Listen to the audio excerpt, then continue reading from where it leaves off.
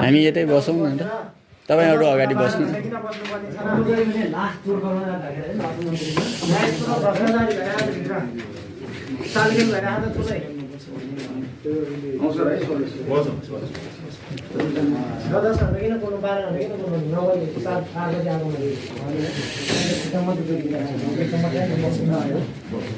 अगाडि यतातिर बस्नु है अब साथीहरु दिदैन होला त्यसलाई लिएर एकदम स्वागत छ साथीहरु अब त्यसमा यता पनि बस्नु है यता बस्नु यता पनि बस्नु है साथी यता भयो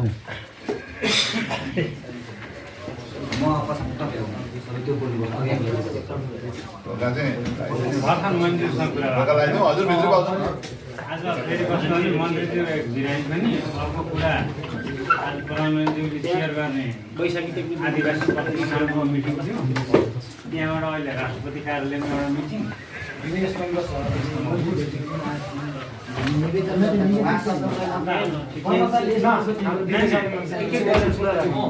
जानकारी भयो उहाँ अर्को साथीभाइ पनि आउने हुन्छ हजुरहरूको चाहिँ परिचय पनि म सचिव राजस्व अर्थ मन्त्रालय म भूपाल बराल है म सचिव म पनि सचिव हामी दुईजना सचिव म घनश्याम उपाध्याय हजुरलाई मैले सायद हजुरलाई नै कन्ट्याक्ट गरेँ होला होइन मलाई त गरे है त कहिले प्रशासन शाखाको सचिव उहाँ त हिँडिसक्नुभयो अब आज यसो गरौँ ज्ञापन पत्र हो होइन खासको विषय चाहिँ के हो भने आजको चाहिँ हाम्रो शुक्रबारदेखि नै हामीले एउटा निवेदन रेडी गरेको थियौँ होइन शुक्रबारमा चाहिँ समय पनि मिलेको थिएन होइन समितिमा कल गर्दा पनि तपाईँहरू अर्थ मन्त्रालयमा जानुहुन्छ भने त्यतैबाट एक्सेस लिनु न पास भन्नुभयो उहाँहरूले र ठिकै छ भनेपछि हामीले आइतबारको लागि पोस्टपोन गरेर आइतबार 9:30 बजे आजको